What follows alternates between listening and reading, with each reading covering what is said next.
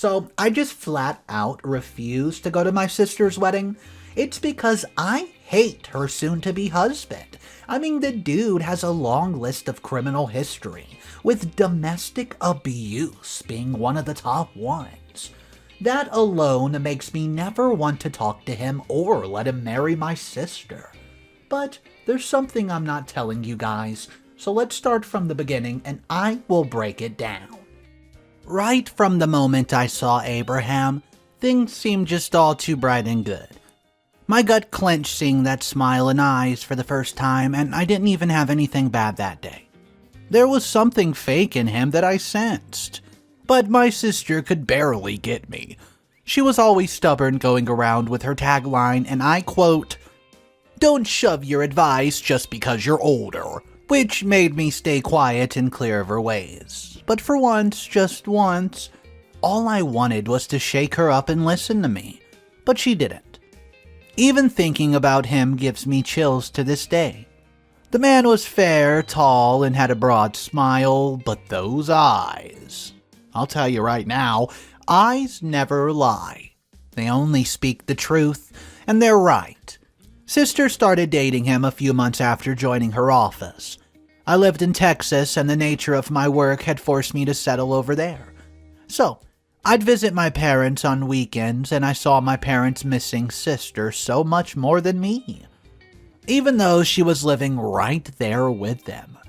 What I discovered was, even after returning from her work early, all she'd do is stay on video calls for hours.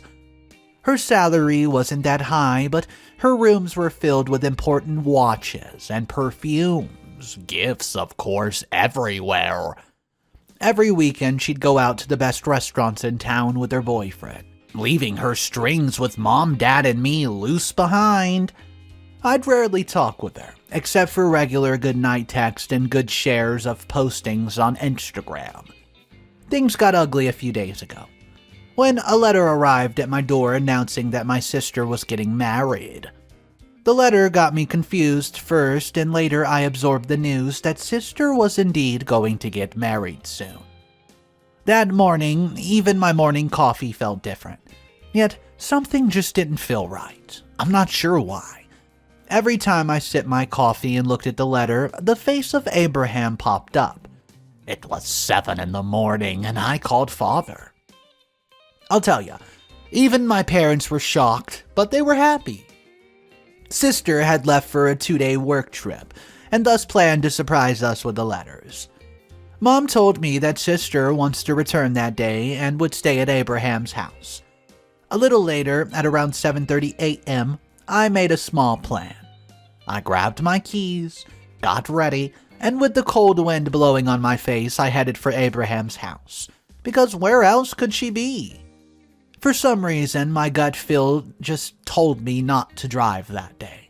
But I still went against my gut feeling, just like every day. Ever since my childhood, I always felt that my gut feeling tried to say something, but yet I never followed it. There was this time me and my sister went out to the family picnic group to enjoy a little more greenery. "Just come, it'll be fine. Don't be a granny," sister told me. Me, being the older one, had to follow her for protection. Quietly, sister found an off-road trailing into a dark forest.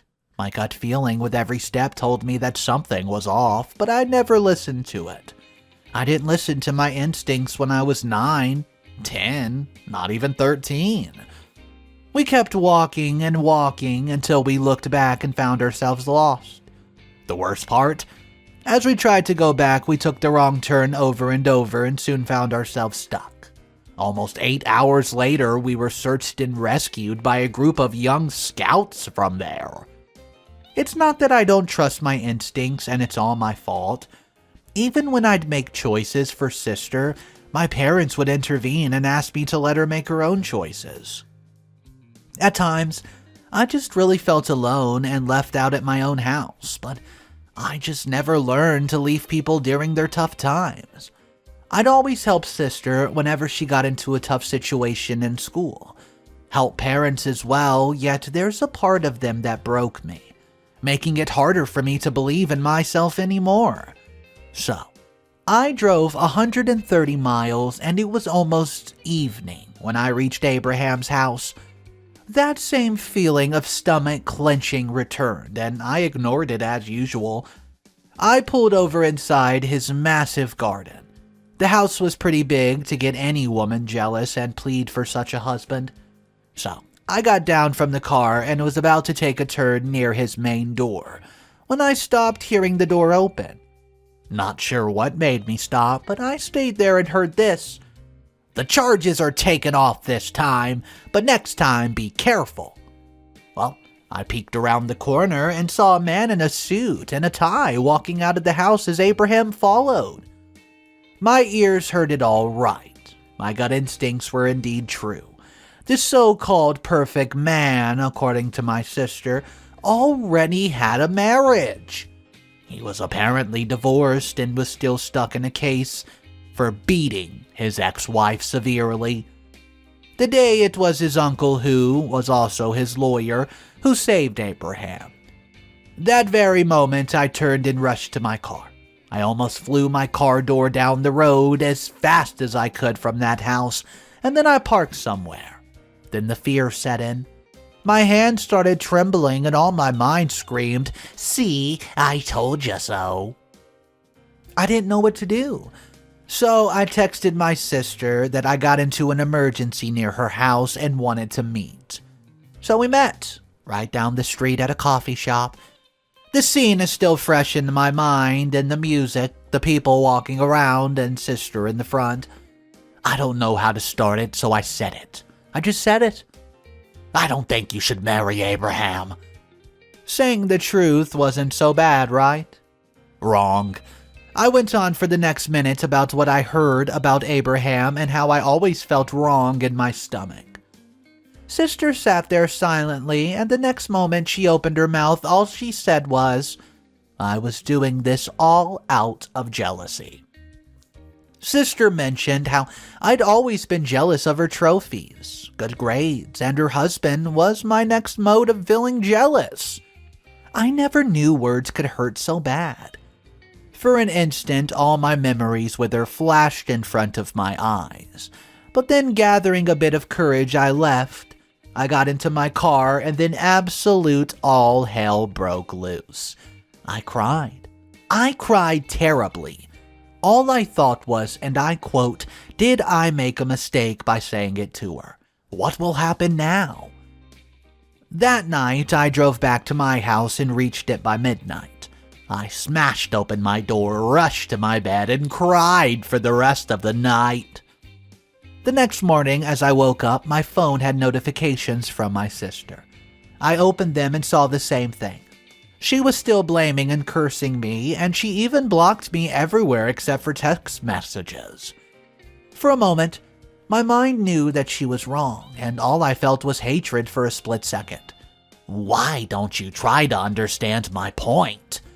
Well, she never did, and how could I expect any better now? A nearly 30-year-old woman couldn't take her own decisions, and all she went for was money. As my mind was spilling some truth just like that, again I was worried for sister and her life. My head felt heavy. 3 cups of coffee, too, I guess, didn't help. Sipping the 4th cup, I was facing the family picture hanging over the television when I remembered how my mother told us stories about how her own mother was being violently beaten up inside her home. Well, these domestic violence episodes instilled a hatred in me. Hate not only for Abraham, but hatred for not speaking up to. And standing over there, I decided not to attend the wedding. Only a week was left, and I knew I've made the right choice, but that wasn't enough. My decision had to reach Mom and Dad, and once again my gut instincts told me it wasn't going to be easy, so I called my parents and they already were on top of their voices screaming at me. If things were still not that bad, I told them about my decision of not joining the wedding. And, as usual, it was Mother who yelled first and then followed the reasoning and questions. I stated clearly, whatever be it, I was not ready to support the fiance who had a history of domestic violence. And a hidden secret marriage? My father gets so angry with me that he threatened to pull me out of my job and keep me with him. I felt terrible and took all of it quietly and just cut the phone call. Later that evening, I called one of my colleagues and also good friend Stefani. Stefani had earlier worked in the field of law and was now a colleague of mine with social media influence. See, Stefani heard my story and she said what my mind wanted to hear. Abraham was supposed to be behind bars, but the ones to understand this were clueless. I wondered if there was something involved with money. It's not that I just see the fake and good about people, but since our very childhood, Sister always tried to have the sweetest fruit, the best thing she could get her hands on. She needed more than what she could generally get herself. No wonder her rooms were filled with gifts more than a few letters. I guess letters were not that costly. If things were not already hard for me, some backstabbing was surely on my way. So, one day, I guess 4 days before the wedding, my dad called me, and he lets me know that I can reduce coming to the family house. It wasn't unexpected, but yeah, it hurt. He reached to the point where he told me not to visit ever again. Trust me, the moment right there made me feel all alone on this earth. What did I do for all this? Not attending caused all of these troubles? The call was cut on my face, and the next morning there was a hard knocking on the door. 6 in the morning, I couldn't sleep properly, yet I lied on the bed trying to get some sleep. The knocking pulled me out of it again, and I went and opened the door, and then there stood Abraham. I hadn't seen that guy in a long time. His face made my chest pound, and all I thought, does he know? He walked inside with no one's permission, and even I backed off to let him get inside. Abraham grabbed the door and closed it, and trust me, even worried will be a small word to use here. That guy started with a loud voice, asking whose permission did I take before leaking information regarding him. Well, I was dumbfounded. He hurled questions at me, and I simply couldn't answer. He kept on banging at the table while shouting, and the shovel in my garden would have helped dig up the earth and put me inside it. He accused that I tried to break their marriage and was indeed just jealous. But for a moment I spoke up and I said something. I said, "And what about everything I heard outside your house?" I hated those next 3 seconds as his big eyes started just staring. Felt like right at my soul, ready to absolutely rip me to pieces. He confidently shouted and replied that was all friend's case they were discussing. My mind went blank, and he walked out and slammed shut the door. It was not that I found myself wrong, but that little jerk. I have to use the word jerk because he lied so easily. His eyes didn't even budge while lying, since I clearly heard them talking about his case, not his friend's. Scary what monster sister was ready to marry. While on the other side, a new storm was brewing. All of a sudden, a text from Stefani popped up on my phone, asking me to check out a link. I opened the link to a blog where she literally posted about my real-life story. Can you imagine how stupid people can be? A proudly written message followed the link, where she said she was ready to help me. Help me? Really? She just did the worst possible thing. The blog mentioned every single detail I gave her, and people did comment below. Interestingly, Stefani also added criminal law codes and rules and wrote how Abraham could be in serious trouble. So I called Stefani right away, but her phone was switched off. She was on that flight to Nevada, I remembered. She didn't have to be the secret guiding angel. Well, why not grab the moment to get views and money on your blog, she might have thought. Whatever be it, the blog started gaining more views and a lot more comments, and almost 2 days later, I visit my office and everyone looked at me weirdly. Most had sympathy in their eyes, and I walked past them to my desk when Angela came to me and sympathized with my situation. I asked how she knew. Why did I even bother to ask when Stefani's blog was out there for the whole world to see it? Still, I asked. But oh my gosh, what Angelina showed me was an absolute nightmare. I never even imagined. Angelina showed me a local news channel that covered the story on their YouTube channel, with a link to the blog article online. All because of whom? Stefani. Just a day back, she posted a video on Facebook and a page of social workers. The video went, as they say, viral. I'm still not sure how social media really works. You're not into free knowledge and good videos, but people's problems seem too hot to follow. I saw thousands who were officially aware about a personal family problem. Not so personal anymore. My phone kept ringing, asking me about my problem, and my neighbors were now worried about my health. That very evening, I received 100 phone calls. I'm talking random people calling and asking for an interview. All they wanted to know was if I were to attend such a wedding, and what will I do next? Questions even I did to myself. One call came around 9 p.m. I picked it up and it was the police, so I cut the call out of fear and switched off my phone for a few hours. Right before bed, I gathered the courage to open the blog and video post, but something caught my attention right away. Most people wanted to know if I was going to attend the wedding or not. Right there, at that moment, I made my decision for the sake of everyone and society. I was not going to attend the wedding. My gut once again spoke to me, but this time I didn't try to listen. I booked a ticket to Miami. I had my flight at 4 a.m, so with 1 hour to pack and leave, I rushed to my bedroom, gathering my clothes and packed it all inside the suitcase, and I left for the airport.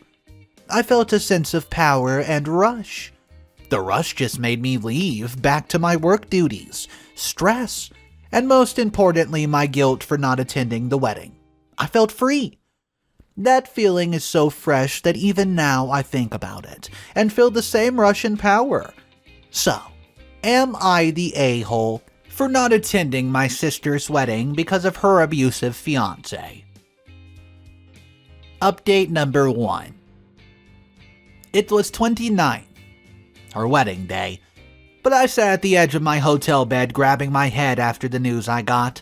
So, sister called and finally gave me the news that she wanted separation. I can't even imagine the words coming out of her mouth. All I knew was my stomach clenched once again. Well, this time out of extreme pain. Sister told me that the night before her dear husband beat her almost to death. I wasn't sure what she faced, but her voice seemed hoarse. She fumbled with her words, and last night, sister and the devil man fought over petty issues, which soon went out of hand, and Abraham started blaming me and sister for the sudden trouble in his life. Like that would solve his mental issues. By now, I'm 100% sure that he definitely has mental issues, severe ones. So, getting back to it. Her husband smashed her head against the wall and tried to choke her. Sister was so shocked that she could not say a word and just gasped to breathe. I too got emotional and cried. How could he do that? He finally showed his true self, I thought. Sister begged on her feet for her life. She asked for forgiveness and to satisfy the ego of the monster she slept outside, taking the opportunity and calling the police, who rushed to help her with all the cuts and marks still fresh on her fiancé. Well, he got arrested. While he was dragged out, sister recalled that the man had a death stare in his eyes, and something told her that he will return using his powers to get her. Sister immediately packed and rushed to mom and dad. The wedding was off. I'm not sure why, but I did feel a bit guilty. Sitting in the hotel room, there was also a sense of confusion, and I cried and cried a heck of a lot. Mom and Dad called me and just told me everything, while not showing a hint of trying to behave well with me or get everything back to normalcy. Even I learned a lot of life lessons, so I didn't even try to plead or beg for their love. I left them to their own wish. But I was ready to help sister in every single way possible. After all, she was facing a mad monster. The relief for the time being was her fiancé being taken away to custody. Right now, as I write this, all I want is to reach over to sister as soon as I can. Update number 2. Just a day has passed. Well, a day's passed since the wedding was called off, but all the problems in my life were still left. Mom called in the morning and said sister had locked herself in her room and refused to come out. This struck a memory of mine. Sis had always been like this since we were small. She was too adamant and would barely listen to me. Once a piece of news got circulated in school about how terrible sister was for her tomboyish looks and behavior. She would go around raging and disturbing kids. I did warn her not to do such things or else she might get in trouble. Our parents were unaware of her deeds, and one day she was caught and got suspended for like 2 weeks.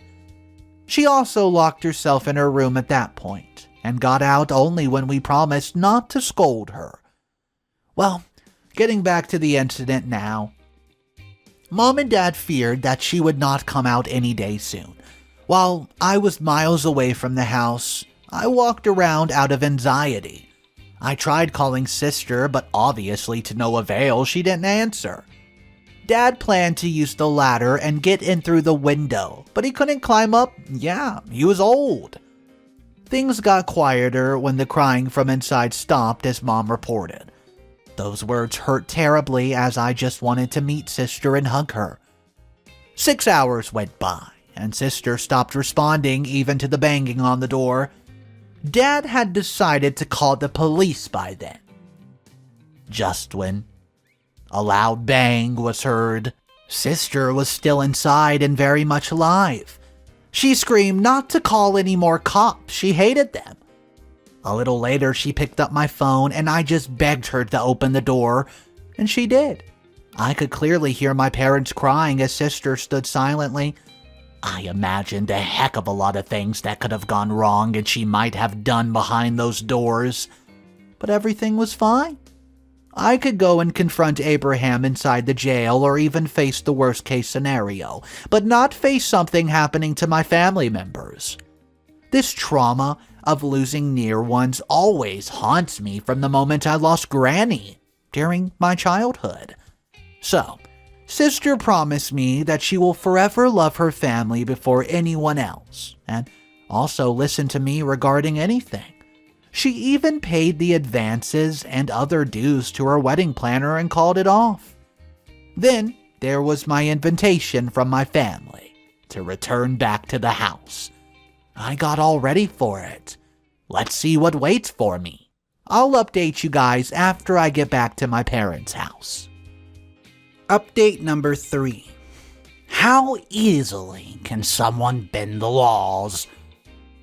I'm still amazed at his capabilities. So, I got back to my home and then drove straight to his sister and parents. Abraham got released from custody, and he was bailed out by his lawyer, Uncle. Dad went to the police station to inquire how far the procedure went, where the cops seemed to be lying. All they said was that Abraham felt ill, so he was not disturbed. This sounded pretty much a mother would say for her son type thing. We knew he used his sources and links, and Dad returned and contacted our lawyer. He got a yes that we can easily file a case against the guy. Now, I might not know much about law, but all I knew was that he was a criminal, and with all the proof, we could easily send him behind bars. All I wished from the core of my heart was to find that guy and slap him. How dare he beat my sister? But I do wonder, what if I didn't leave? What if sister had called me at night while she was still being tortured? I might have been able to go and rescue her. I spent that night beside my sister and just stared at her with a blank gaze. All I felt was how useless I'd become. I could not protect her like I did when we were small. I knew I shouldn't take all the burden on myself, but how could I not? Guilt indeed had the power to kill. Next day, Abraham called sister. She did not pick up. Instead, Dad picked it up. Dad started off by screaming the heck out of it, straight at him. He deserved it, but then things got a bit calm. Dad continued to yell, but he didn't have that outburst, and Abraham was pretty calm, as Dad told us. All he wanted was to apologize to sister and get back with her. He also mentioned my name, how Lisa, me, was the real cause for all the drift. It rained outside as everyone in the family sat at their places, as if a wave of confusion hit them. But something in me kicked in again, and I said, "Don't go back there." Sister looked at me, and her eyes told that she got the answer she was looking for. Mom and Dad seemed a bit confused. When Sister explained that she was ready to forget him and that if he needed, she will replace her job and even get out of the city if people were not ready to accept her for what she did. Trust me, I felt so proud of her. So darn proud. A sense of relief flowed through me knowing that man could never, ever again get to her. Sister was ready to make her leap. Among all this, I remembered about the blogs and articles released by Stefani. A massive part of all the drama in my life. How insensitive can one person be? I made up my mind to go to my office tomorrow and get all family issues out of the darned internet. I really wanted everything to get back to normal and enjoy life. Update number 4, final update posted by OP. I thought my last update was really the last one, but I have to write this. Days later, after sister has her wedding canceled, her fiance, or should I call ex-fiance, had bailed himself out, but he forgot that there was something called law and order. Our family filed a case against him for manipulating, lying, and domestic violence towards sister. We went to the court for the very first time in our lives, and no one should ever visit these places until required.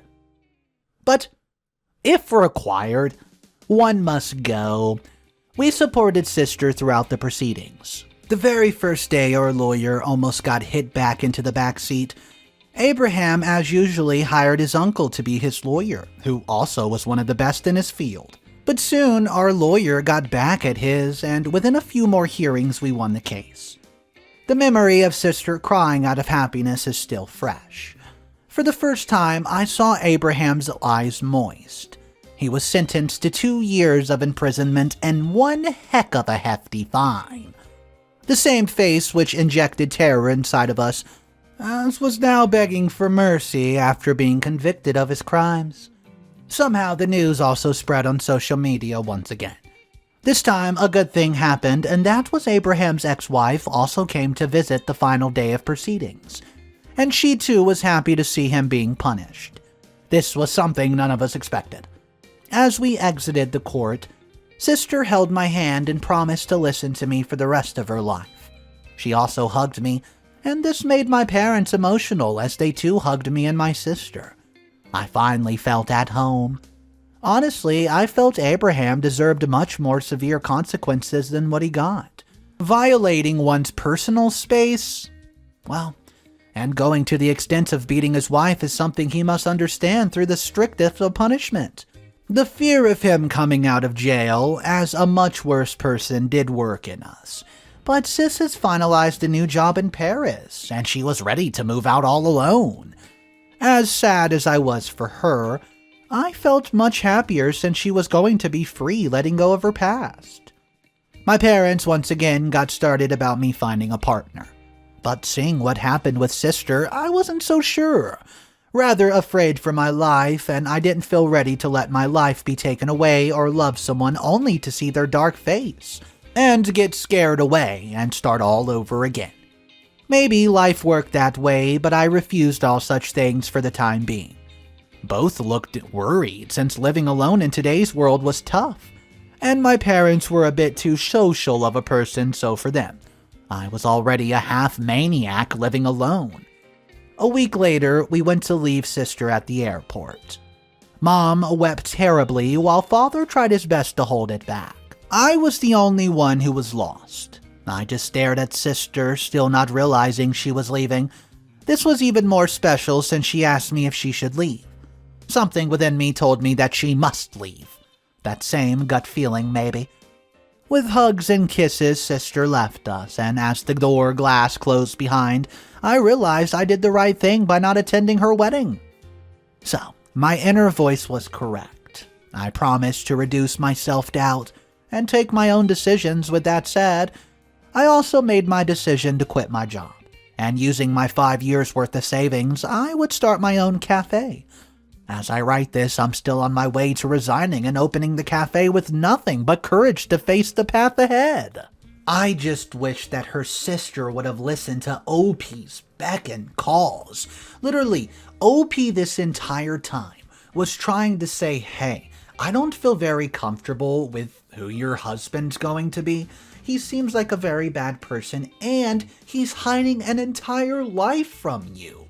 I can only say I'm glad at the end of the story it seemed he got some karma. But maybe you guys watching this have gone through a similar story that you would like to share, or maybe some advice that you would like to pass down to OP. That would be very helpful, guys, so drop your comments down below what you would do if you were in OP's unique situation. And they do say everything will get greener. There's greener grass on the other side. So guys, thank you for joining me on today's stories. I hope you enjoyed the content. If you're new to the channel, just know, Mr. Reddito uploads every single day. And I do have other channels as well, you can find in the description below. Go ahead and click that subscribe button, and I will see you guys in the next one.